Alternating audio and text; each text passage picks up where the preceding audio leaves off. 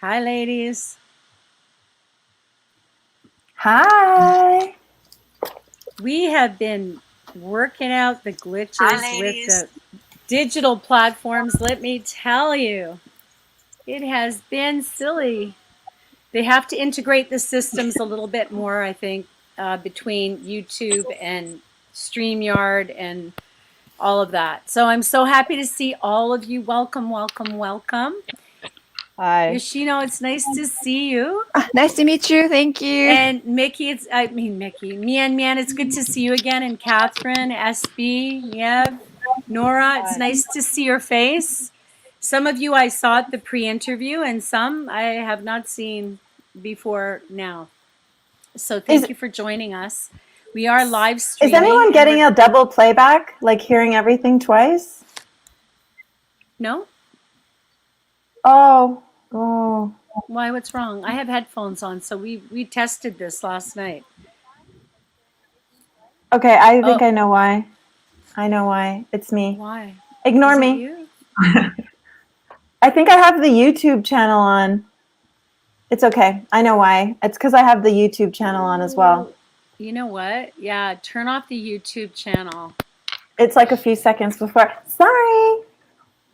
I'm back. Okay.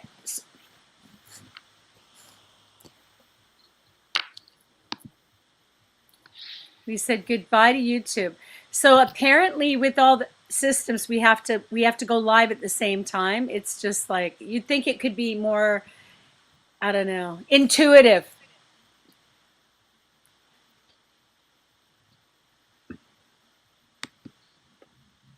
Okay, is that better?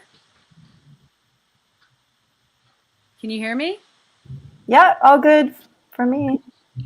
Good for Everybody me can too. Hear me? Okay, without further ado, I'm going to introduce the, okay, a little housekeeping. Anyone who's not on the panel, please mute if you're in StreamYard. Mute. Hi. Hi, Niev. I can still hear things going on. So, we lost somebody. We lost Nora. She'll be back. Okay. Everybody's settled. Everybody's turned off their mics if they're not on the panel. Thank you. So welcome all.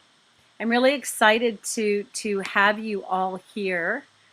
Super exciting. What great films, fabulous films, and many of them are actually screening at TIFF. They're having their premiere at the Female Eye Film Festival on March the 26th through to the 29th.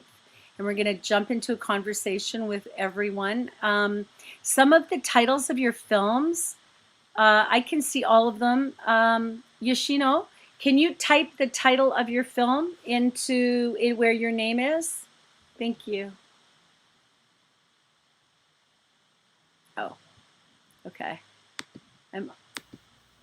You're unmuted. So yeah, sorry. I don't know how to change the name first. This is first time to use this. It's okay. Yes. Yeah, I know you weren't able to join us for the pre-interview, but did you see where your name is? Yoshino Takamoto. Can you put your title, type the title of your film in there, or did someone on my side do that for you? My title is Left of Chopin, but yes. I want to change the name, but I don't know how to change. I think you needed to do it as you entered, so you may need to exit and re-enter. We'll have your name, and then you just type. And we thought StreamYard would be better than Zoom. I don't know. It's just tough competition between the two. I want to introduce I just want to do a quick introduction of the panel. I'm going to ask a few questions to all of you, and then I have a special question for each one of you, which I sent to you in advance. So I'm Leslie Ann Coles. I'm the founder and executive director of the Female Eye Film Festival, and we are celebrating our 19th edition on StreamYard and YouTube and TIFF Digital Bell Lightbox and Encore Plus, and I'm very grateful for Encore Plus for supporting the festival as well as Digital TIFF Bell Lightbox. So a big shout out. And of course, Ontario Creates are the sponsor of our industry initiative program. So thank you to Ontario Creates, because we wouldn't be able to do this without you. Telefilm Canada, we have a Canadian feature on the guest on the panel, SB Edwards, Fall Back Down. And I just want to acknowledge that Telefilm Canada support the Canadian features that we present at the Female Eye Film Festival. And I want to introduce the panel. So it looks like you are to my left, but Sarah, do you go by Sarah SB Edwards? Do you prefer that to Sarah?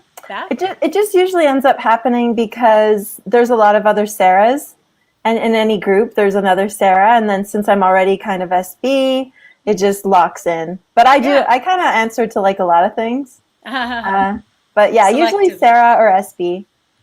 Okay, so Sarah's film is having its premiere at the Female Eye Film Festival on Digital TIFF Bell Lightbox, Fall Back Down, and we're going to have a chat with you about your film. We have Yoshino Takamoto joining us with Left of Chopin, and we are so excited to have you here from Japan. And the reception is very, very good with StreamYard, with our international delegates.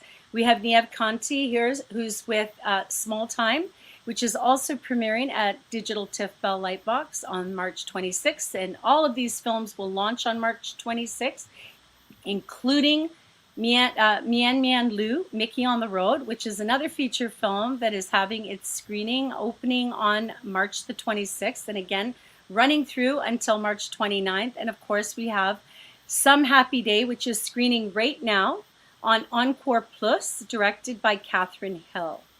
These are all fabulous feature films that were not just directed, and I don't mean just, but they're written and directed by all of these filmmakers. I hope someone will excuse me for a minute because I have a feeling Nora may be trying to get back into the room.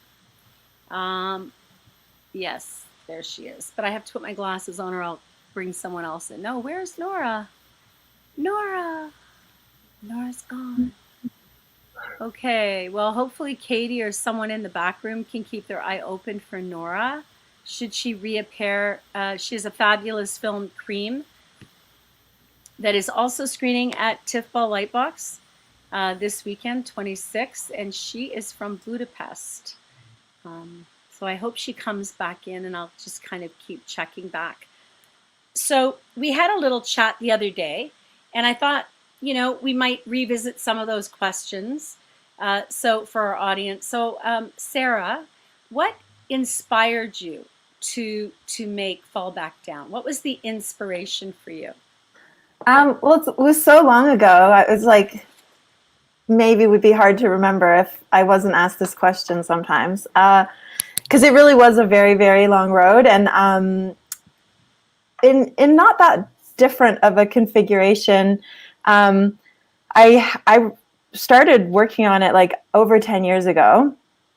And I've always, I guess I just like was an art kid and ended up in these like politicized and sort of activist scenes and artist communities pretty young out of the gate, and realized that this was just like I had stumbled into the most amazing, impressive, interesting, engaging, like committed group of people that are out there. You know, like I just was so enamored by everyone's thoughtfulness and how they were living their lives in this like or trying to live in this like very truthful way that also for me felt like it had a lot of integrity, and a lot of that was both in the streets and just in their personal lives, people living in these other ways to sort of not maybe have such a capitalist existence. And you know, it was always a desire in a lot of what I've written to show the nobility of that. Like, I'm not even as like, I haven't been able to be as strong and committed as a lot of the people that are still doing it. And it's really pretty thankless. It especially used to be, you know, people mostly didn't understand. And so I started writing things that were kind of coming from this place of admiration and just interest, because I found a lot of things. I have a short attention span, so a lot of things were really boring very quickly to me. And I wanted to kind of, this is like a pretty young thing, but maybe I'm still like this. Like, I kind of wanted to set the record straight a little, because the punks and queerdos and weirdos I knew were like the best people. And then the way they were either completely missing from, and same, you know, obviously that extends to, you know, BIPOC and all the problems that are hopefully now being addressed. But I just wanted to see us on screen, and not necessarily, I'm not really a documentarian. So for me, that was about a fictional, that was about like shaping fiction so that the people I knew and the people that were around me could play these parts, could be the characters in a film. And, you know, we all consume media, we all watch shows, but like, how come we're never in the shows? How come people aren't the ones playing these parts? So essentially that was the punks. Yeah, like, and by punks, I also mean like punks at heart and just rebels and disruptors and misfits, because people do blend that with their normal lives, and they do have, they go through all the things that ordinary, let's say, people go through, but only these like quote unquote ordinary people were ever cast as characters on TV and in films for the most part. So that was part of it. And then that sort of became, as I realized what I was maybe trying to do and getting closer to making it, I just kind of realized I wanted to keep that celebration aspect, and the I think of it as like an antidote to tragedy porn. So it's really kind of, it's an upbeat thing, and it's, you know, it's like celebrating things like living in a punk house and trying to fight the good fight. So the characters basically are all just born out of that. They're all totally fictional, maybe parts of myself or others, but they're really just like made up. Okay. Oh, okay. Well, you answered one of the questions I had for you, but we'll get back to you. So thank you so much, Sarah. I love your film. I love punk rock. We had a chat about that the other day. Yoshino. Yes. What inspired your film, your beautiful film, Left of Chopin? At the beginning of this film, my producer and I discussed how local films perform well. We live in Kobe, Japan, which experienced a massive earthquake 20 years ago. Also, my producer loves Chopin, piano, and piano, Chopin, earthquake. These three thoughts inspired my imagination. That's all. Ah, so you're a musician yourself, yes? Amateur. Just amateur. Musician. But you have a great love for music, obviously. Thank you. Beautiful film. Niev, how are you? Tell us about your inspiration for Small Time. What inspired you to write and direct this film? Well, it started out as a short film, so it was a lot less of a big project and kind of a little script that I had written a long time ago that I had the opportunity to make because all of the locations and everything that kind of I needed was sort of handed to me in a way to do it very low budget and kind of off-road. So we made the short, and then part of it was casting this little girl. It ended up being a really good casting, I think, and she was just so lovely to work with, and she brought something to the character that made us all really want to sort of explore more about this girl and her story and where it would go. So then we developed it into a feature. Yeah, we'll come back to you. I want to ask you about that journey, what it's like going from a short film to a feature treatment and that process. Thank you. Mian, how are you? Good. I'm on mute. Okay. not anymore. So Okay. tell us about your inspiration for Mickey on the Road. Well, I got to trace back to a very long time ago. I always have this idea, like making a movie about two best friend is female. I want to, I want to talk about the female friendship, basically. And so this got traced back to my personal experience. Because when I was in high school, my parents were going through a divorce, and it was hard on me. So I often spend nights hang out in this local temple. And during that time, I had a very close friend, and she's very like Mickey, a bit of like tomboy. And we were young and then got into a lot of trouble together. And I'm kind of like Jing back to, back to that time. And so Mickey and Jing were born out, the main character of my movie, this time in my life. And so, and I always want to kind of write a story of coming of age. And yeah, so that's that's the origin. Thank you. Yeah, thank you. Hello, Catherine. Hello. Let's chat about Some Happy Day. So I knew that this was Some Happy Day was a story that I could tell with some clarity and authenticity.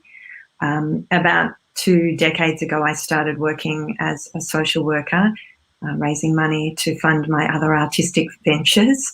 And I was mainly working with the homeless. And every shift, I would hear these extraordinary stories about sleeping on verandas and stairwells and under bridges and in beach bushes and in cars. And without exception, every person I spoke to was striving and wanting to get a better life, but there were so many obstacles in their way.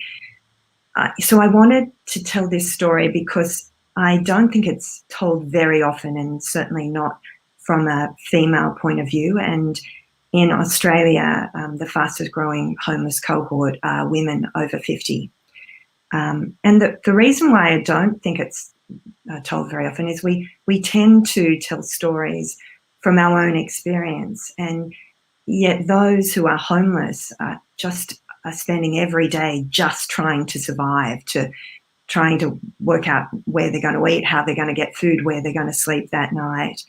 So so and even if they do make the transition and end up with a roof over their head, they're usually dealing with such complex issues that they just don't have that luxury of a time to reflect and write. So I was really keen to tell this story as one of their stories.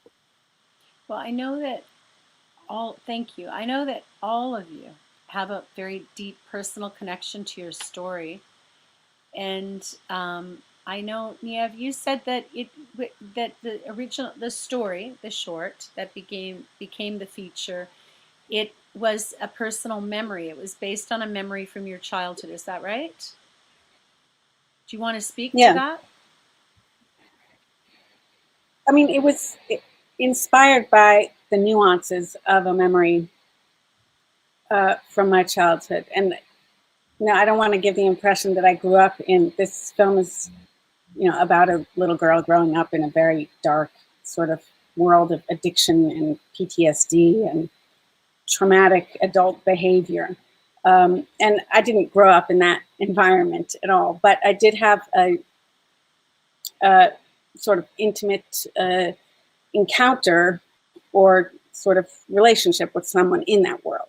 So I did base it on the memory of a motorcycle ride that I took as a little girl, and which was actually a drug deal. And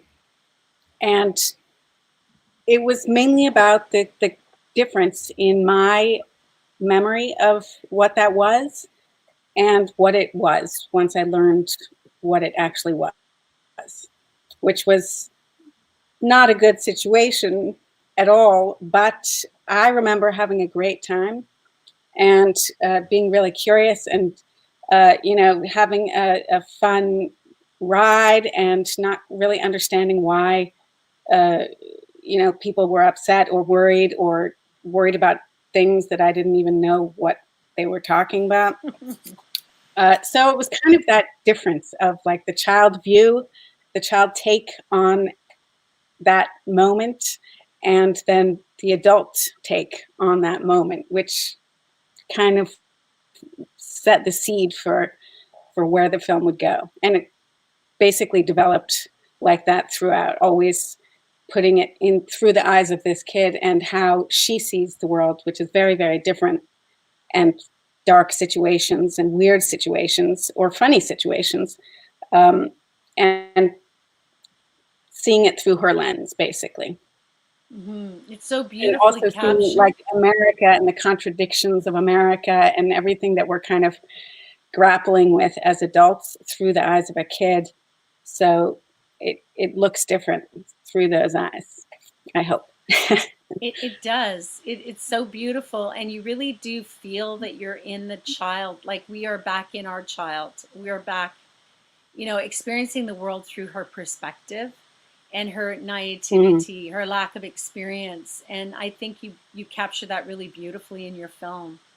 It's Thank very you. most compelling. Yes, and what an amazing actress she is, and we'll speak to that in a bit. SB, Sarah, I'm curious to know what bit of punk of you lives in that film. You said that, I remember the other day you said, some of the characters are based on people I knew, people that were part of the punk scene at that time, but you were also part of that scene. Oh yeah, I mean, I just think once you go that into kind of go through the looking glass. I mean, I just want to correct sort of and say there's nobody who's actually based on anybody. It's more like composites and combined with like my own kind of self and my own thoughts on some things that I wanted like some of the characters to embody.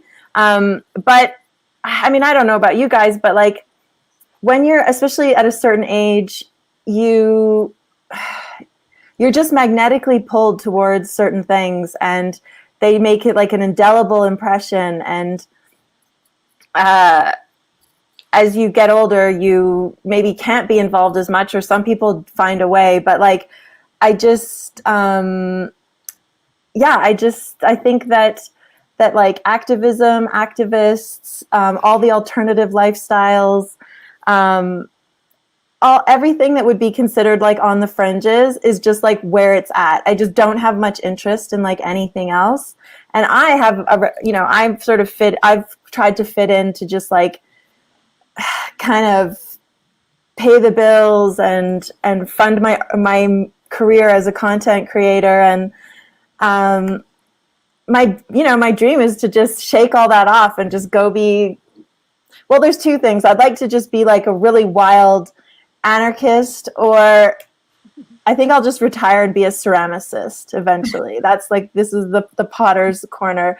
But I guess the thing is it's like, it's just a feeling of excitement. Like when I follow so many people on our Instagram because I just love everything they do. Like everyone I look at, I just like, oh my gosh, look at how amazing they are. And like, people are making patches, or they're remaking their clothing to keep it going. And everybody who's fighting the good fight, it's just so impressive. So I think it's as much, and the music, oh my God, like the music is just, there's nothing like it. So I don't think punk ever died. I just think it's just constantly kind of reforming, but it doesn't have representation per se.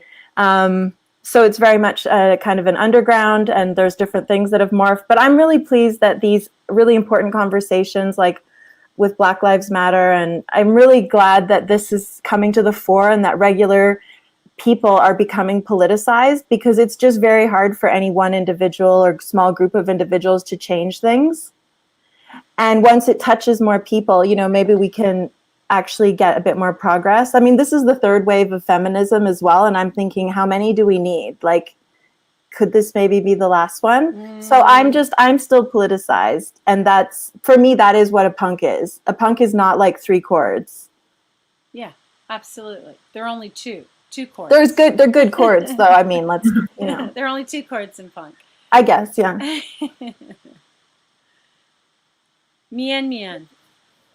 The chemistry of the 2 women, the characters in your film, the Mickey and Jinjin, it's amazing. The 2 of them, they feel like old friends. They feel like they've known each other since they were little girls. Did you cast a wide net to find these girls, or did you just like tell me about your role in terms of the casting? How did you choose these 2 wonderful actresses? I'm very happy that you feel like they are all friends and they know each other forever, because that is kind of feeling I want to create in the movie, that they are some kind of like intimacy like between these 2 friends. And I found Jing and Mickey, these 2 actors. They are actually first time on the screen, and first time acting experience. And so I found Jing in a casting call, because I want to find a real dancer who is have like a real life experience as a performer in those temple parades, and you know, like a real they have the similar background in with the character. So that's Jing I found.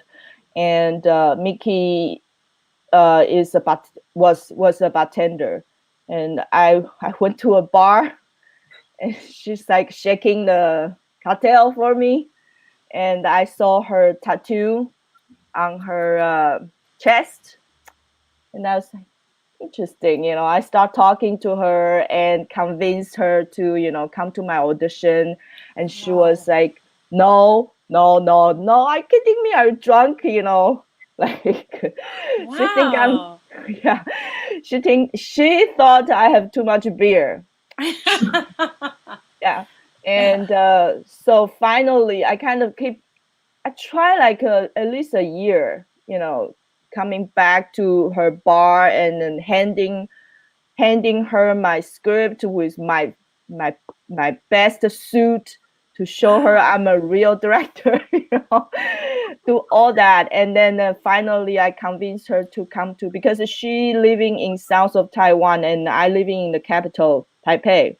So she got jump on a speed rail, you know, and so I kind of ship her up to Taipei and have audition and have training, all that. So incredible. Voila. That's an you must have drank a lot of beer in that year, I would think. Well, that's the best friend of all the filmmakers. Okay, so good luck. Yeah. Great. I mean, what intuition, you know? That's great intuition. No, I really feel that's a common among women directors, is this great gift of intuition, and just, you know, it plays out in your films, in the writing, the characters, the dialogue.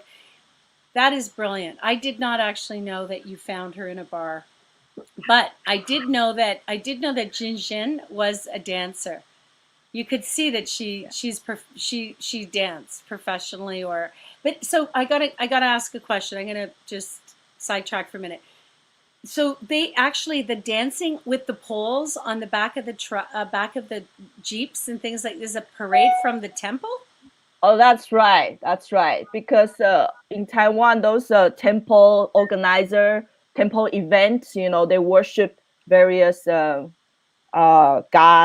and then the organizer are all like a local macho men, you know. What they want to see? They want to see pole dancer.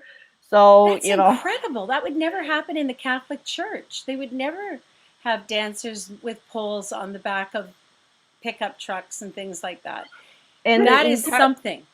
yeah, and in rural area, those grandpas, you know, they have ages did not see a pole dancer, you know, themselves. So they will all search out from their home and join the temple parade, and everyone is happy, you know. So I guess that's yeah. amazing. All right, check it out, Mickey on the Road. Yeah. I thought that was just something you did in your film to reveal your character. It was just No. to show her at work doing her thing. Well, Wow. come to Taiwan, I'll show you. I will be there. I must go to Taiwan. I will drink beer with you there. Yes, we'll all go. Yoshimo. In your Yes. Please yes, use easy sentences. easy sentence. Your film, your English is very good. Your film is beautiful and poetic. Poetic? And the music, you talked about the music and inspiration of Chopin. When I asked you about your inspiration, when you're writing the script, are you hearing the silence? Are you hearing it? Are you hearing the music? Is that part of your process in the screenwriting, writing the script? No. I need silence. I need silence while writing my screenplay. No sound. Then after writing, I check the music and return to writing. No, yes. I couldn't do work both. No. And the silence plays a very important part of your film. Those beautiful, the silences and the beautiful visuals. Yes. The cinematography. Yes. It's beautiful. Recently Japanese movie is no silence. Always music, always speaking, and no silence. So it's confusing. Yes, because traditionally, am I correct to say that there is silence and stillness that is very revered in Japanese culture? Yes, the silence. Yes. The stillness. So silence, it's like meditation. Yes. I think almost people need silence one time in a day, but in Japan, many people is always busy, no silence. So when I make my film, I focus on silence. Yes, and it's so powerful. It's so powerful, beautiful. Thank you. Yeah, thank you. Catherine, the lead, the homeless woman, I'm sorry, I can't remember the actress's name. Peter Yes. Brady. Yes. She is incredible. I mean, you never doubt her world and the world she's living in. And I wanted to ask though, in the crafting of that character, is it based on like, is it a composite, as Sarah was speaking about, of various characters that you've met while working in the social service sector, or was she more specifically designed around one particular character who was dealing with the domestic, the negligent, abusive partner, but they kind of had this codependence and so on? So I'm just curious to know how close that was to. Yeah, I think very much like Sarah. I've worked in a lot of female-only services and female residential units, and that's where you really have the capacity to build relationships and trust, and that's where the stories go so much deeper. But constantly, you will find there are really common traits that through so many of the journeys of these women and men, you always see that past trauma, and it's generally connected with childhood trauma. And most of them are just completely isolated. They're really experiencing massive loneliness, and there's a real disconnect from their family. As a worker, I am probably listed as next of kin or emergency person on so many women's files because they simply have no one else to that they can identify.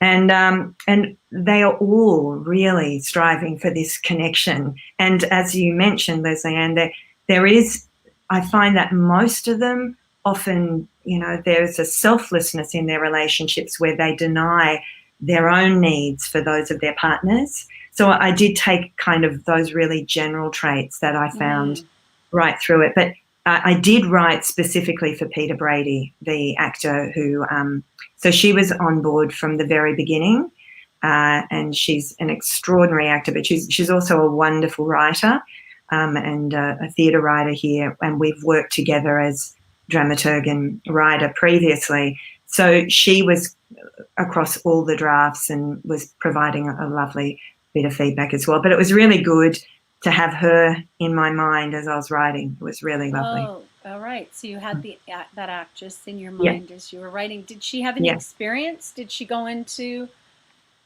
Did she go into the journey into the world of the disenfranchised? Yeah. So Peter works in the same field as well. Like, she's quite a renowned actor in Melbourne. But she works side by side. She works in a needle exchange, which is co-located with the service I work in. So she's really, and her observation of people is just really stunningly beautiful. And and she's very funny. It was just wonderful. I wrote for her and Mary Helen, who is the social worker, and it was so lovely to have them in my mind. And they also just brought such a beautiful cohesiveness, because those girls are so lovely and gorgeous. And they were in every scene. And, just like Nave said, just having those people who are so wonderful to work with, anyone coming in was just so welcomed, and it was just such a lovely process because of those key actors. Yes, and I just loved that there's this friendship, there's this mutual respect between the worker and the client, as it were, and you really captured the struggle of her being not able to, just caring too much, not too much, but putting her partner in before her own needs, essentially, and her safety. It was just, it's a wonderful buddy film, as it were, and it's, in the backdrop being this whole homeless situation. It's really lovely. Thank you for that. Niev, I'm coming back over to you because I wanted just to have you say something about the journey from going from a short film. How long was the short? Maybe 18 minutes, something like and that. When did you release it? Maybe quite a few years ago now, maybe 2018. Okay. I'm just curious as to what the journey, more curious as to what the journey was from, I would imagine you wrote and you produced and you directed the short, right? Did you shoot it as well? You're a DP. Did you film the short? Wow. Mm-hmm. I'd love to see it if you want to share it. Well, the short is in the feature. The short was, so that's why. Yeah, it's a little bit different. Of course, we see her. Oh, yes. That was brilliant, because we get to see her age. So I just stopped having the short exist on its own once we decided to move into a feature, and chopped it up and used it as her earliest moments, because she grows up for over 3 years during the shooting of the film and within the film. Yeah. Of course. So the cinematographer, same cinematographer. Did you shoot it as well? Niev, you don't have it in your credits on Film Freeway. Okay, talk about women wearing more than one hat in their productions. Seriously. So I noticed there wasn't, in the Film Freeway, there wasn't a cinematographer, and I asked you in an email. Did you see the email I sent to you? And I said, are you the cinematographer? Yeah. Yeah, you are the cinematographer. Yeah. Oh, I don't know my why it's not on goodness. Film Freeway. Normally I put It's it not. everywhere. No, it's not. The producers are, you are, as the writer director, but not cinematographer. I thought perhaps you did that intentionally to be modest or something. I don't know, but wow. So that's how you were able to hold the maintain the aesthetic of the film from the short to the feature treatment. Yes, beautiful. What was Yeah. that journey like as a Well, I writer mean, I didn't. first? Well, as a writer, um, it was interesting because it was just written as a short, and then because it's shot in 3 parts, and I wanted to let her grow up between each part, in real life as well as in character life. So basically, then I wrote part 2 as kind of inspired by what the actors brought, basically. So kind of like what Catherine was saying, except maybe more inspired by like who the characters ended up being, rather than just what the actors, I knew them to be able to where they might go.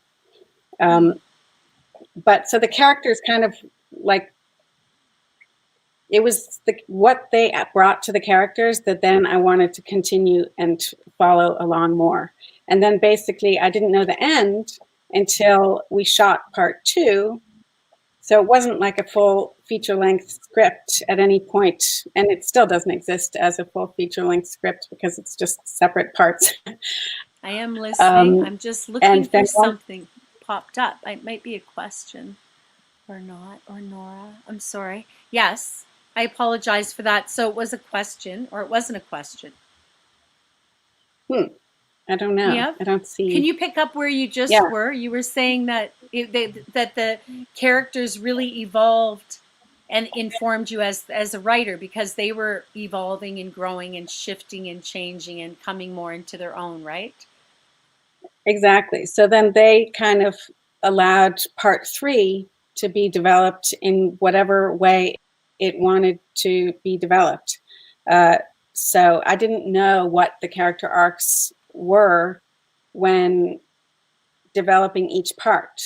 It was just kind of like life, where you don't know what's going to happen, but things happen based on actions and ways of being, and so that was a nice organic way to be able to develop the characters. And it is very much of a character film more than a story film.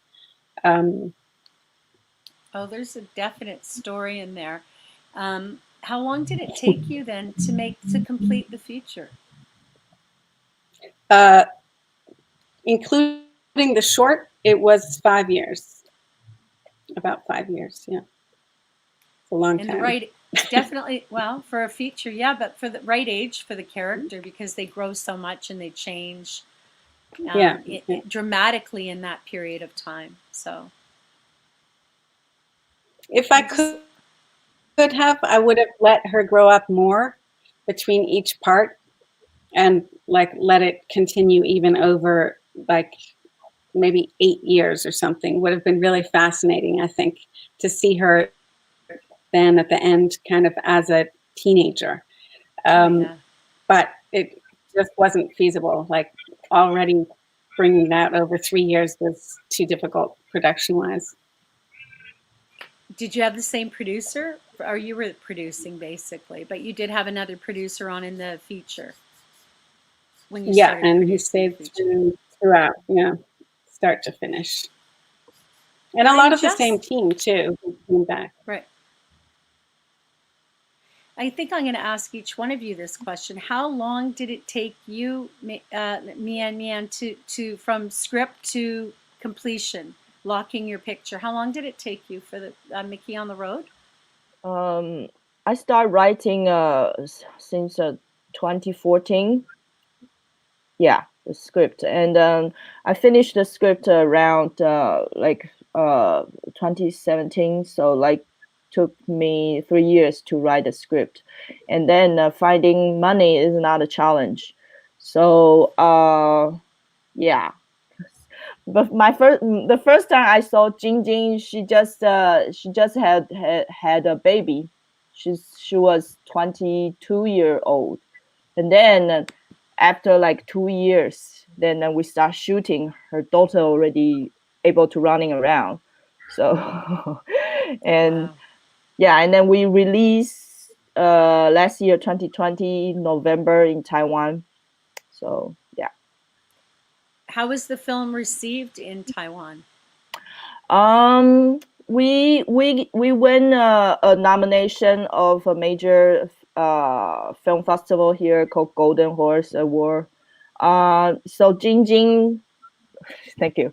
Jing Jing got a lot of attention because she's sweet and cute and kind of sweet and cute. So she got a lot of attention, and yeah, and then everyone loves both of the character and the actress themselves. So yeah, it's pretty Has good, I Mickey guess. gone on? Has Mickey gone on to continue? Is she continuing to perform? Is she an actress, or did she go back to her old, like, is she a bartending?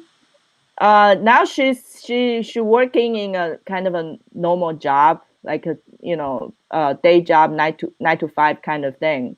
Hmm. And she said that if there's opportunity for acting, she want to try, because she think shooting and working in a film is fun. But so far, yeah, we're still waiting for that happen. She's an incredible actress. Yeah, Very intense. I will Hey, tell her. She will tell be her she happy. fabulous, fabulous actress. Brilliant. Yeah, Loved it. Sarah, thank you. thank you. Yeah, like, oh, it's just so endless.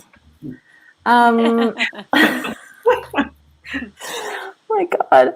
Uh, well, I mean, the upside is I still love the film. I'm actually still working on polishing the sound because the sound has been like we have actually very good sound, but it was like an emergency. It was kind of like emergency sound for a festival opportunity. And I've been trying to, get the kind of real, like a deeper mix with just technical things, like M&E and behind the scenes kind of stuff, and then having to get the money because there just wasn't enough money after shooting to take you all the way home. So it's a very kind of stop start type thing. But I still, my actors are just so incredible, and there's a mixture of experienced and street casting. So I just still love the film, which I think has helped me. I don't know if I'm like in some kind of delusional trance or something, but it helps because it's still, it's ongoing to a certain extent, and then figuring out how to market it and how to do a distribution plan of my own, because I don't really anticipate distribution. So I'd say that like I can't properly answer that, but like you could ask me in 5 years and like maybe we'll know. But I actually think it's also about like I was so pleased with it amazing costumes, amazing production design. We managed to get get a really incredible soundtrack. That was the editor and myself and the script, music supervisor. So it's like now I feel I have this gem, like I want to respect all of the like what everyone put into it. And so it's important, I feel, for me to not get tired because I want it to reach the potential of how incredibly well it turned out under the circumstances. And so that's like, I think I started as like a sprint runner, and now I'm like this person who's not a marathon runner but is just still like but like it's just the way it goes. It's just you kind of figure out that um there's a lot of responsibility, I think, to the collective collaboration. That's what I would say. So maybe a couple more years here in the trenches. So then they'll make it, an 8-year project or something. Oh, I'm like 20, but that's Oh, oh. whatever. Listen, I mean, I started young, right? Like I just started in art school and then I went into film and I work in it. And I mean, like if the film industry ever collapses, guys, like you're going to have to hire me because I don't know, I'm going to need a job because I don't know how to do anything else. So. Okay. Put that on your available for hire. You can put it on all social media. Well, congratulations, Sarah. It's a fun romp. I really enjoyed your film. It harkened me back to some punk days of your punk days. Yeah, that you have. That was you should tell the little story of like where you hung out. Oh, maybe Come after. on. I told you guys where I hung out. Should I? Yeah, the Purple Heart. Purple Heart and Manning Avenue, the Pop Factory. Yes, that's where I hung out. That's Very where my cool. son was conceived and named Manning after the location was Manning Avenue in Toronto. And he knew his name. Everybody called him Manning 1. So when he was born, he looked up at me and that was it. That was his name. And he doesn't like this story actually, so but he's grown up now. I can tell it. Thank you for asking. Yoshimo. How long did it take you? How long did you write your script to before you went into production? Like your camera ready script and production. How long did it take you to make your film? Overall, it takes more than 2 years to produce. The filming around took 6 months, which seems long, right? But since I work a full-time job, we producer and I could only film on weekends. So how many days was your production? How many days did you shoot? Only shooting is 15 days. Wow, incredible. Within 6 months. Only weekend. Wow, incredible. Beautiful. Catherine, what about you? Script to screen. So it was 2017 that I wrote, and probably in the June, so it was about 6 months on the script, and then we shot at the end of 2017. And I was really shocked with the cinematographer, a lovely guy called Cameron Zayak. When he met with me, because everyone was working for nothing, he basically wanted an assurance that I would complete the film. And I was so shocked. I thought this was the weirdest question I'd ever been asked. I said, as if I would put in all this effort and not get to the end. But I absolutely appreciate that question now, because I could not, every stage has been such a learning experience for me, and every stage I can actually see why people get to and go, I just can't, when they're working on very low budget or no budget films, when they're just going, okay, now I've got to get over this hurdle. And as Sarah mentioned, the distribution hurdle is the next one. And every time I've got to the next stage, I think, well, it can't be harder than the one I've just got over. And you go, no, it's going to put on more obstacles. But and I feel very much like Sarah. I'm wanting to honour the work of everyone who is in there, and that's what keeps you going. In terms of the post-production, I was incredibly naive, and I put a very small budget and we were self-funding, and so I had to stop a number of times and just go back, and instead of working part-time, which I do, I would just pick up a locum, work for 6 weeks, grab that money, and then fund the next section. So it's been, up and down, but certainly I've had that question that Cameron put in my head of, make sure you get to the end. And so we locked in July last year in the middle of COVID, and we were just told just to sit on it, and because there was nothing we could do at all. So, yeah, so now this year is really the year for us of trying to, do the self-distribution plan and keep everyone buoyant and, find that cinema to release it in Australia. So, yeah, but it's constantly going back to everyone who's championed it. They have a long life, but I'll tell you, the tenacity and the resilience of of all of you is incredible. And that's what it takes, I think, really in the independent film world in particular. It really takes that tenacity and resilience, and you just never give up, and you just keep pressing forward, and you put it down and you pick it up, and you just do it. And that is a beautiful thing. I just want to check, if you don't mind, everyone, I just want to take a look at see if anyone on my team in the back room, or any questions. So we have, it's 7:02, so let's take some questions. I can see the chat, and I do believe it's coming. Okay, there's a question from the lovely Dr. Carol Whiteman, who is hosting panels, if you're interested, and you should be. I mean, it's Canadian funders, but we do have co-production treaties with pretty much every country in the world, except for America, which is, I don't know why that is. We're their closest partner, but we don't have co-production treaty with America. But meet the decision makers. Ontario Creates and Telefilm Canada. Carol, I'm going to you for a minute. And that is on Wednesday the 24th at 2 p.m.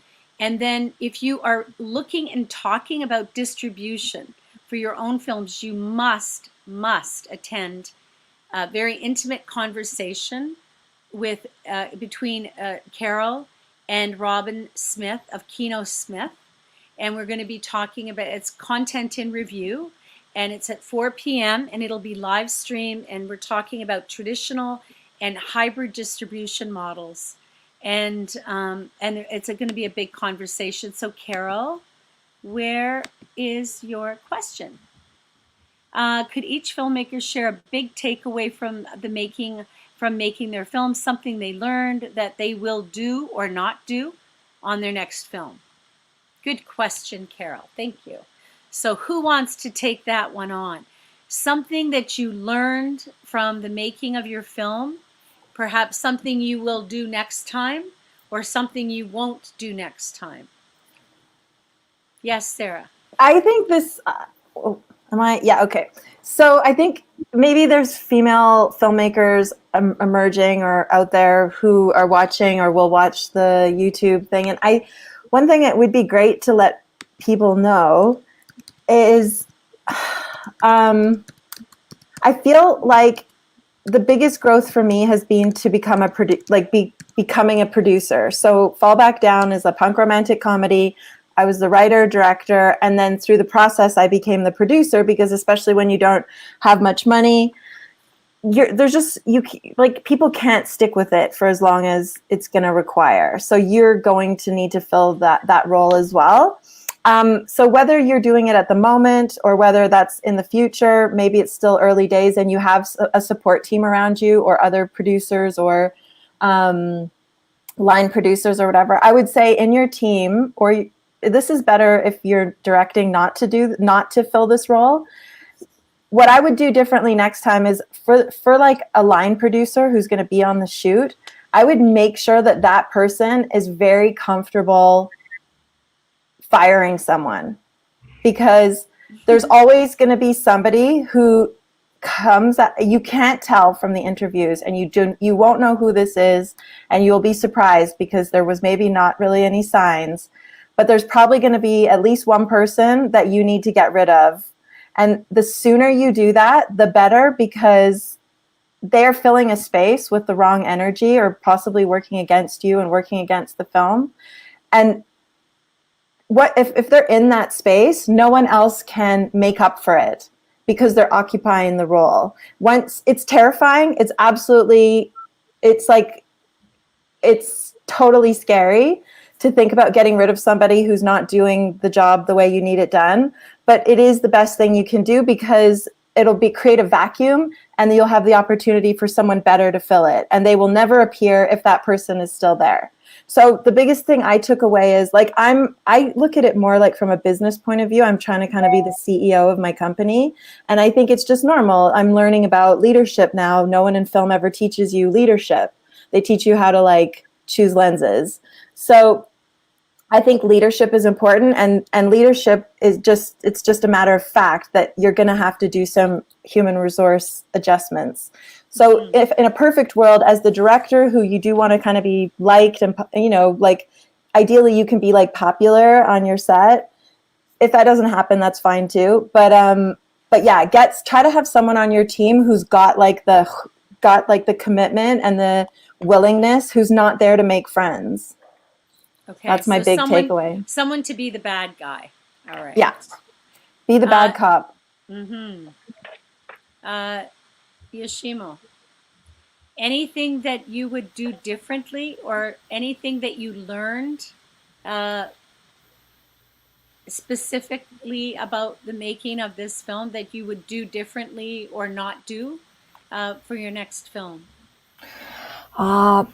I would like to change my style if I can shoot, if I can have a chance to shoot.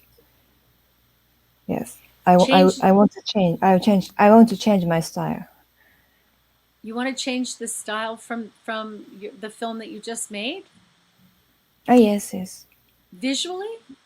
And about acting, and between cut and cut, I have own style. I think I have own style to between cut and cut.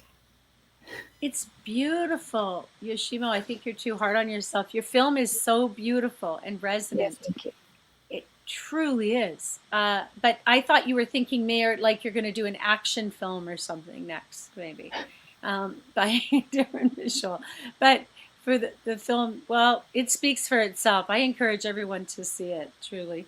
Okay, does anyone else want to take that question as well? Anything you learned or your big takeaway from the making of this film?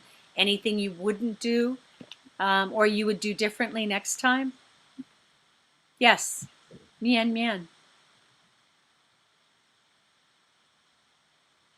Oh, You're on mute. yeah. Miu, and you can hear We me can now? hear you. Okay. I can totally feel what Sarah says, because I'm kind of experienced that too, myself too. And but I want to say that as a first-time director, yeah, sometimes it's really hard to convince people to work with you, because you don't have any credit, back up your ability, And but the big takeaway from making Mickey on the Road for me as a filmmaker is I think you gotta move quick. Next time, if I will shorten my hesitate time to make a decision. And yes, you gotta have a very solid producer. Recognize your vision. This is very important. And also, I think every team member recognize your vision is very important. For my story is the DP. I work with a male DP, okay, and then we're shooting a scene. It's about a sex, a different point of view of how we going to interpret the script. So it's difficult for me, because I got to spend a lot of time to convince my DP, this is my point of view, and then he would go, no, you got to shoot this way, So I don't know. I don't think this is necessarily a gender issue, but I think to find a creative team, recognize you're on the same page, no question, no waste of time of back and forth, arguing. I think it's very important. But I'm very lucky, because I kind of have that kind of a very concrete and kind of a stone hard, heart to. I'm going to do whatever I can to finish this film. Okay, if you don't finish the film, you got zero, nothing, no, none. So you got to finish your film, and no matter what, no matter how many bitches on your side, just figure a way to just finish the shoot, and then you'll get there. So just hang on there, and then just because you have so much love of your story and your project, and then you can definitely do it. So yeah. Mian Mian, while we have you here, there's a question. I don't know if you can see it, from Nikita Halawa. And she's asking for Mian Mian. Mickey seems a very gender fluid person, grounded by cool self-assurance. Can you speak about female representation more broadly in Taiwanese cinema?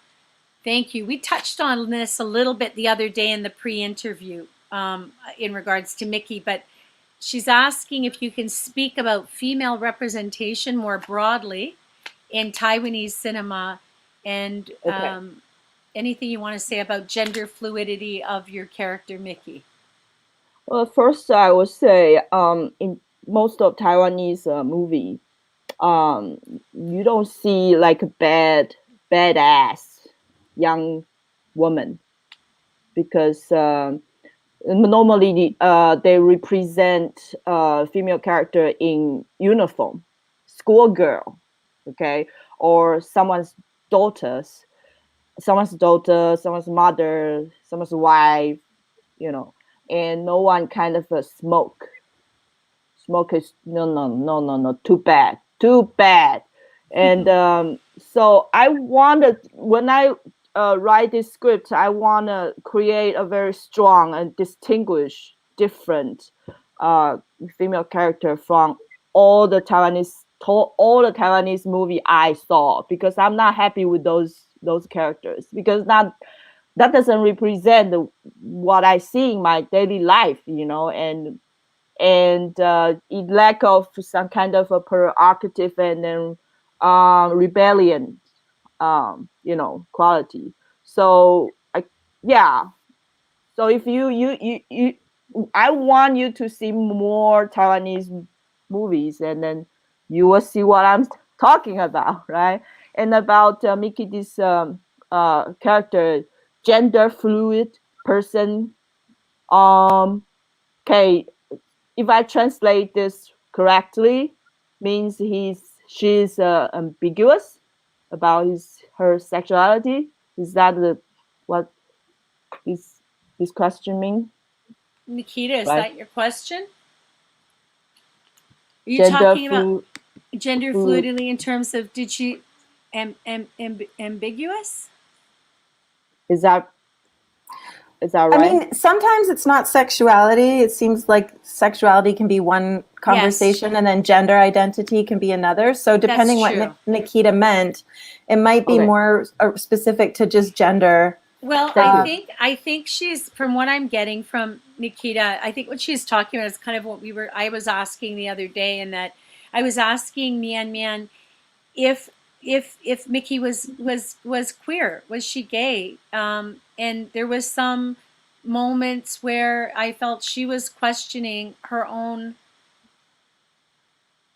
choice, but at the same time, she clearly made a choice, and that was that she preferred women. She preferred women to men, same sex. Yes.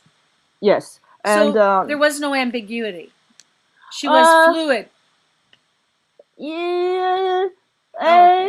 I think this is coming of age story, and this character is still searching. Yes, at one point in the movie, she decide, men is not that fun. She like to being with women, and but the point I want to say is, I think this how to say that? I think we should allow space. We should allow everyone have, whatever ambiguity or, whatever space. We should allow space for each of us, to explore or to have time to, Good. Yes, we agree. Okay. Freedom, human rights. I hope I Basic answered this human. question. Yes, no, you answered the question. Okay. Are there any other questions? Does gender have impact on a set being a filmmaker? So, does gender have impact on a set being a filmmaker? So, crew, does the gender of your crew have impact on set, specifically when you're a woman director? Tushar, I'm not clear what your question is. Undakat. Okay, well, like we could speak generally about it. We've had this conversation so many times over the years. Does gender matter when you're a woman director, writer, and you're making your film and you crew up? And do you like working with women? Do you want to work with more women? Mian certainly spoke to her DP. She said she didn't think it was a gender issue, but she said that the cinematographer would be saying, well, no, you should shoot it like this, or you should frame it like that. So is it an issue? Do you think it matters? Does it make a difference? Is it really about the chemistry and the relationship regardless of gender? Or what is your opinion on that? Catherine? I think going back to what Sarah said a little earlier, I think it is around leadership and how you manage the set. And we partnered with some film schools to crew our film, and we had more than 60% of our crew were female, and our DP had an amazing network of female crew as well that he drew on. But I do think it is around that leadership. I certainly and that pairing with the DOP. Once you're on the same page and you're working together, you're both wanting the same goals. And we had a remarkable first AD as well, a woman who has just kept that set so beautifully controlled. So I do think it's around all those relationships linking in and working, and yeah. Yeah. Do you have anything to say about that from your based on your experience? Because you work in both film and television. Only film, actually. I'm don't sorry. I think thought I I've saw worked something. much in television. But I would say more as a DP. I felt that than as a director. Director for sure, as a female, like there's this leadership thing.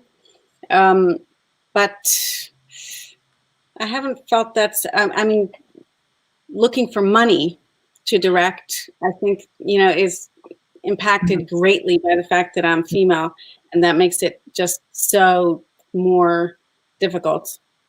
But as a DP, I would say I felt the sort of gender dynamics for sure, and I don't think I felt it really with my directors.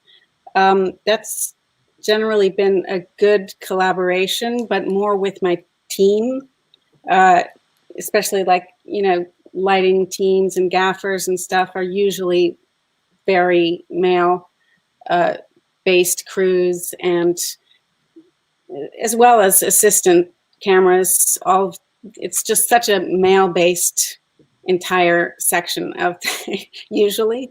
And so to have a female at the head of that department has been tricky at times. So I do kind of approach crewing up differently than I did before I learned that can be an issue, unfortunately. I'm sorry. I thought that you had said that you were getting asked. Oh, I see. As a DP to DP other films. You were saying you're getting asked quite a bit to come on board other productions. So they're films. They weren't television, short films, features. Yeah. Wow. Both of those, but.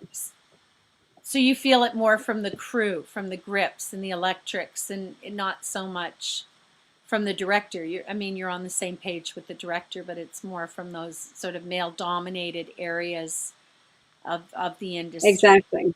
Right. Yeah. Right. And It's a like shame that's still I a think thing. a lot of people are used to being led, or it doesn't feel so weird uh, being led by a female in a director capacity now.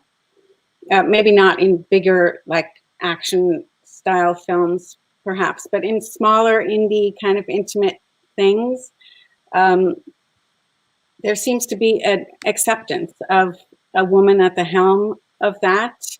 Um, but less acceptance of the woman at the helm of a gear-oriented, kind of a technical crew leader situation. But, and like, as you were saying, Mian, that's just like such a problem if your DP isn't listening to the director. Like, that's part of my job as a DP is to really be listening to what the director wants and make that happen. And then organizing to make my crew do that along with me in the best way. But I do try and crew up female heavy as much as I can if I have, to crew as a DP.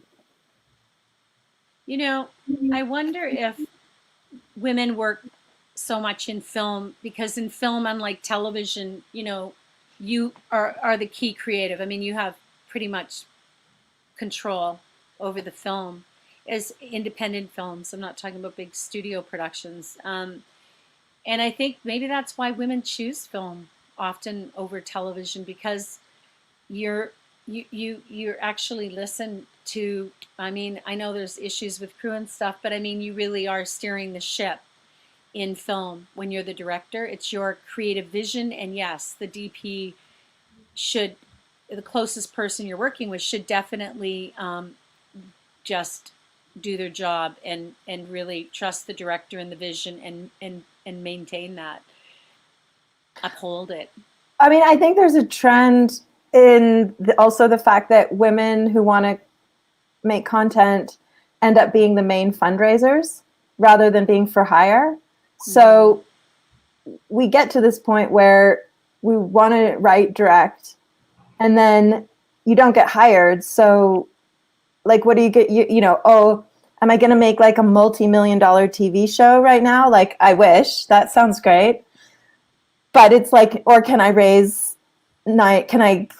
patch together $900,000 from different sources, including incentives that might include wanting me or, considering me in my marginality.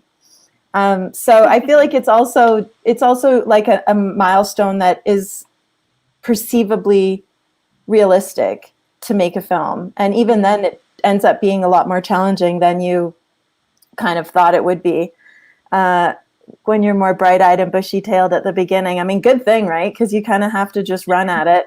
Yeah. I don't think you'd want the truth. But also, I think it's also worth considering that I just saw a study. This is, again, like trying to understand leadership and just business dynamics. I was reading a study, I can't quote it, unfortunately, but it was really kind of horrifying because what they found and what they documented is that women were actually more likely to receive hostility and microaggression and sexual harassment the higher they went up the totem pole. So I think we have to re-examine this idea that it's low-hanging fruit, because in fact, it's the low-hanging fruit. When you're vulnerable, you experience this. But then when you take those steps and you're considered to be out of line and you're considered to be that you need to be put back in your place. And the most fascinating element of it is that women who were rising up the ranks in leadership were more likely to report these. So there was an awareness that the consequences were more likely. So this was still happening even when, with the threat of consequences and with the threat of repercussions, it was still more likely. So it's like, you got to I think you're only safe at the very top was basically what this said. And I found that I feel like it would be great if that could become part of our discussion, like that you don't escape. In fact, people want to cut you down more as you put yourself forward and climb. Mm-hmm. But I mean, like, that has to be addressed in a bigger systemic way, because we can't, as individuals, really change that other than protecting ourselves with the hiring and the teams that we form. Mm-hmm. That's a good point. And to your point, I think I'm just going to check something over here in the little chat, but I have to shrink the window to do it for some reason. I don't know why. But I think, it's unfortunate that this is still part of the reality. And we should bring this up and have a bigger conversation about this. There is the a screen-based, women's screen-based orgs are going to be having a panel on the 27th. Women in Film and Television, St. John's, Newfoundland, women in film, WIDC, Women in the Director's Chair, Black Women's Film Festival. Hoping I don't forget anyone. We're in the process of building the panel, but it's a really good, it should be part of our conversation, actually. And then we have the Directors Roundtable, which you'll all receive an invitation to on the 28th. It's a double bind for, where did she go? Double bind for women in leadership. Yes, indeed it is, Carol. Thank you for speaking to that, Sarah. For Takamoto, what challenges did you experience in capturing, melody on film? Here we go, I'm gonna pop her up. Melody on film, especially classical music. Yoshimo? Yes. What About the challenges? Lex of Chopin? What challenges did you experience capturing melody on film, especially classical music? When I was a child, I learned playing the piano for 8 years, and but I don't like the classic music. When I was a child, it was it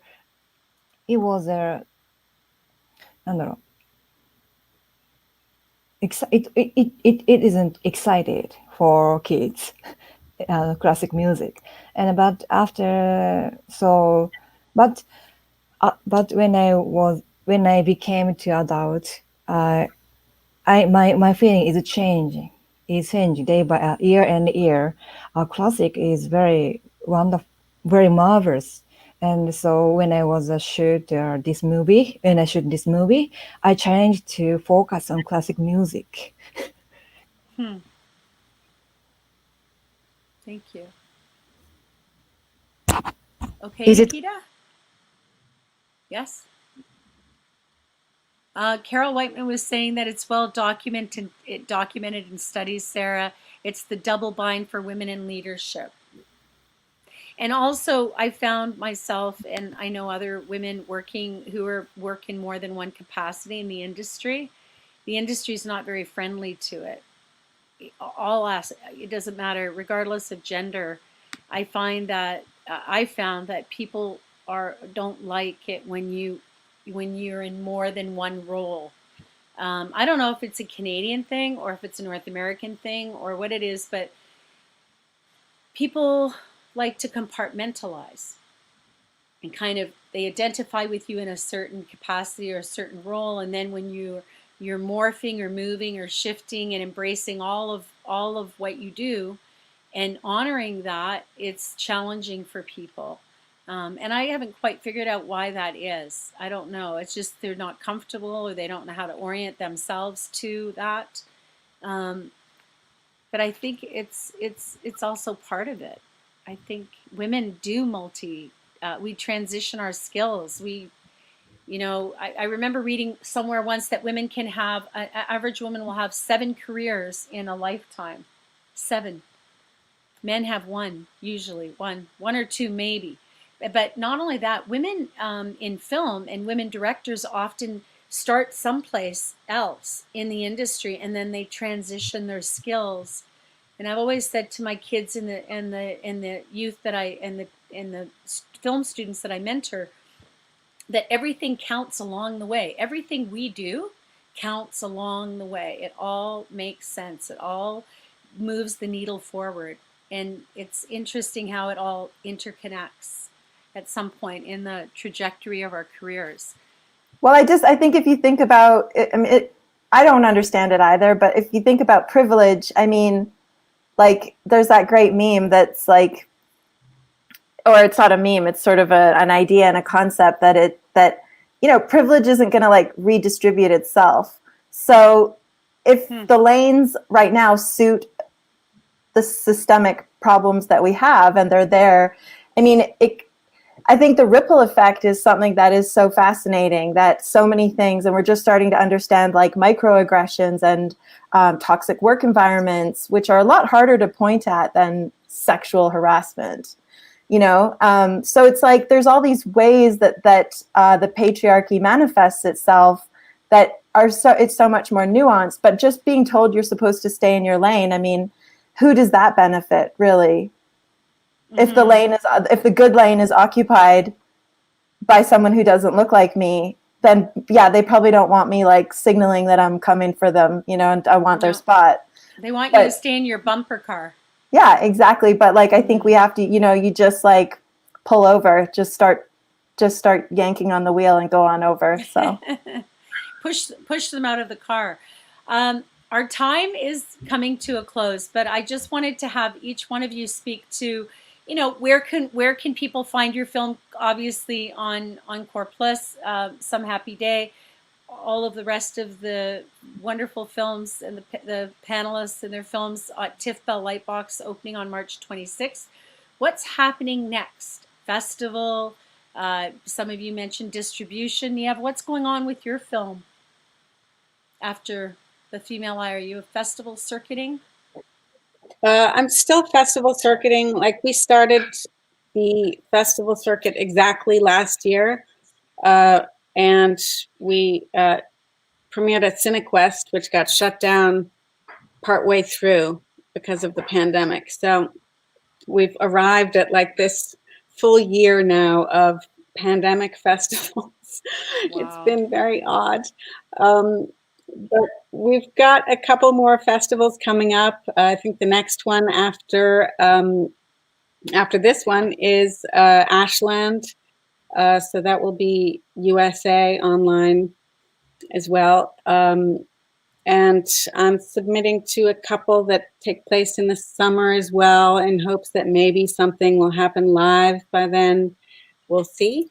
Mm-hmm. But we're also now talking distribution, so we're kind of hoping for something to happen in that regard. Maybe within the next few months is the desire, but we'll see. It's a tough, tricky thing, distribution, that like I never thought of it before. When I was just making the film, I was just like, let's just get the film made. And now, like, it's clear that distribution is just such a big part of the whole process. Mm-hmm. And I would advise others to think about it before they get to that stage, because it makes it easier. Well, Niev, now that the minimum guarantees are gone, so going to a traditional distributor and getting them to give you money up front, it happens. It does happen. But there's some distributors. I went to the AFM a few years ago, and this is another conversation for my film, and I had 6 contracts from different distributors that wanted a $35,000 to a $45,000 marketing expense that would be recoupable in US dollars. That was like over $60,000 in some cases. And I knew if I signed with them, I would never see a cent from my film, which I invested 8 years in my own resources. So, I think you really do have to do your due diligence. And I can tell you all, there are distributors out there that are very favorable to independent filmmakers. And they will pay you right out the gate on the first sale. Yes, they will recoup, but they will recoup, 15,000 American dollars as opposed to 25 or 35 or 45,000 American dollars in their marketing expenses. So if you want to ping me on that, I'll be sure to share some information with you. What's going on with you, Sarah? So I kind of have like a two-prong approach. Obviously, I'll take any meeting, or I'd love to know what an offer would look like.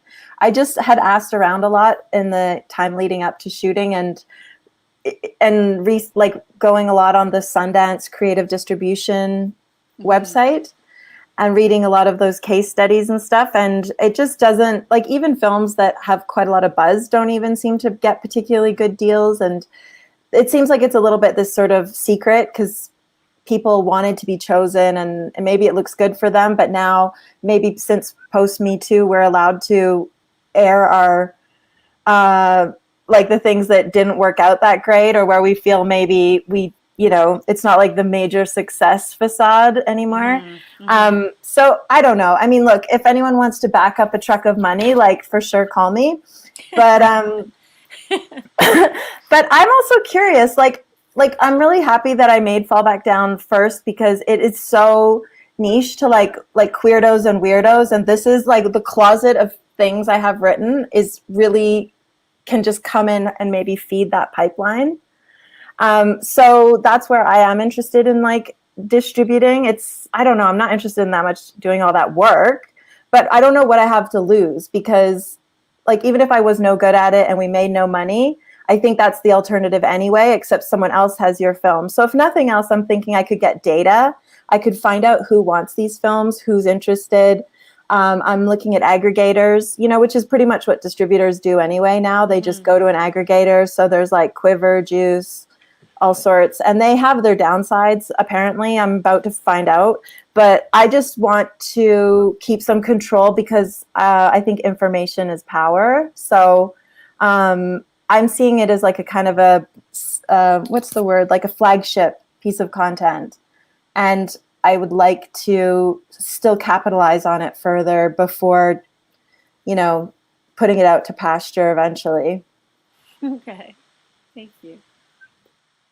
Mian, what's going on with your film, Mickey on the Road? What's happening next? We still in festival circus, and I wish we can show more audience around the world, even this pandemic. We did a theatrical release in Taiwan, because Taiwan is the only place in the whole world who can have normal life. Yeah. So people still go to theaters and restaurants and all that. Wow. So yeah, and so it's been very lucky here, and we can also have a physical film festivals last year. And and then so Mickey, I wish she and Jingjing can travel more places, and wish I can hear all the Canadian audience. Please see Mickey on the Road, and you can send me a message if you like it. If you hate it, don't tell me. Keep it yourself.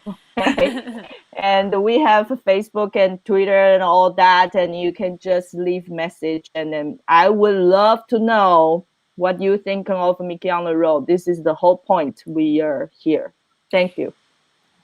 Mian, and all of you, join our social media, because they're Kat and Jen, who are doing our social media marketing. They're hitting the ground running on all the films coming up on TIFF, and we'll be reflecting back on the films that are still on Encore. So join us on @FemaleEye, and we'll be sure to have them tagging you. And so thank you. Yeah. Yoshima, what's happening with your film, Left of Chopin? My film got awards at Milan Film Festival. The other 5 or 6 awards. Thank you. And after that, 1 week ago, I joined the film market in Hong Kong using online. And my producer and I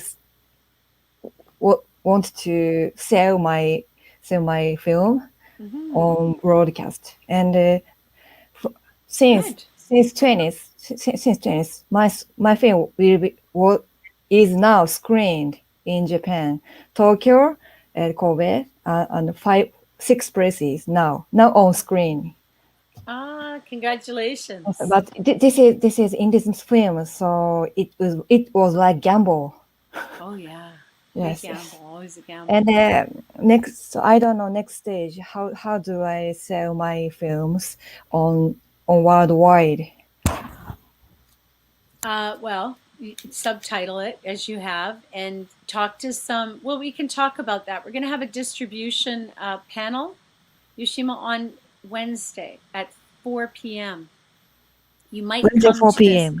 Yes. StreamYard. Yes, you should come to that. It's Wednesday, going to be 4 very p.m. informative. He's a very Okay. good distributor. I think he's predominantly national, but he's been around for a while and he's a smart cat. Okay. Catherine. But you're selling to networks, broadcasters. This is good. Okay. I will change. I will challenge. Thank you. Catherine, what's going on with you? What's happening? I did touch on this earlier. So I'm one of the wonderful things that Screen Australia did was organise a workshop called Filmonomics, which Mia Bays from Bird's Eye View in UK ran for us, and so I think there was about 20 at least 20 female directors, and we spent about 4 or 5 days together looking at self-distribution models. I've since, and it is the thing again that SV noted, that it really is a very different culture now, and the self-distribution actually allows you to maintain that control and also try and get it out there because you're the one that's most passionate about what you've made. So I'm looking at some cinema that gives back options as well, trying to link in to organisations that could actually use the film as a fundraising journey for their client, for their organisation. So it's the beginning of this journey for me, and I've just started, even in the last 2 weeks, meeting with other female producers and female filmmakers to discuss their, to get advice and get some mentoring from them around where to from now. Great. To from here. Fantastic. Self-distribution is definitely a theme this year at the Female Eye, and rightly so. So I don't think there are any more questions, and if there are, they'll just have to find us in the space, or we will be, this is streaming, and it will continue to stream, I believe, on YouTube. I didn't record this session, but I didn't think I needed to. I hope. So check it out on YouTube and check out the films, fabulous films. I want to thank you all for coming, and I look forward to seeing you again throughout the week at the industry sessions and other panel discussions and so forth. So thank you again for joining us today, and congratulations on your films. Thanks, Leslie. Thanks, Female Eye, and all the volunteers and the volunteers, the my goodness, volunteers. Thank you for that, because we have 25 interns, 25, and I thank all of them, and we are so blessed. At first, I was overwhelmed. There were so many, I have to say. Normally, we have 8 to 12 every year, but because of COVID, they weren't able to do some of their placements in production. Production companies and studios, and we do have a good reputation with the interns, but we have so many, but they have been invaluable, especially as we pivot to this digital platform. So thank you for that, Sarah. Thank you to all the volunteers and the interns and everyone who's helped us so that we could deliver this event this year and not miss the festival. Thank you so much. Can I ask one quick question? Sure. I mean, maybe. What's the main social handle that you guys all use for yourself for the films? Well, that's a question for Kat, but they're really big on Instagram, and we're gonna invigorate the Facebook Female Eye Facebook, but Instagram and Twitter are the big ones, and that's I found you guys as Female Eye, but I didn't find you guys super easily. Really? Is there just a quick no, the other filmmakers. Is there like a quick handle that you guys, are you going as the film, or? No, you know what I'm going to do? We have all of your social media. It's been shared with our team. But we have, the questionnaires you answered with all your social media handles and so on. We're going to share it with all of the directors. It'll have it has the title of your film, your name, and your Okay, cool. social handles. That's great. Yes, we will Because we absolutely do can that. cross promote. Like we have 2,500 organic Instagram followers, so I'd be happy to like do stories and stuff about your guys' films. So yeah, we're at FBD_film. Anyway, Okay, so I we're look forward to that, seeing you guys out there in the future. Yes, we will share that. Thank you, Sarah. All right. I don't know how to turn it off. Thank you, and I have bye. to put my glasses on. Bye, everyone. Bye. Thank you.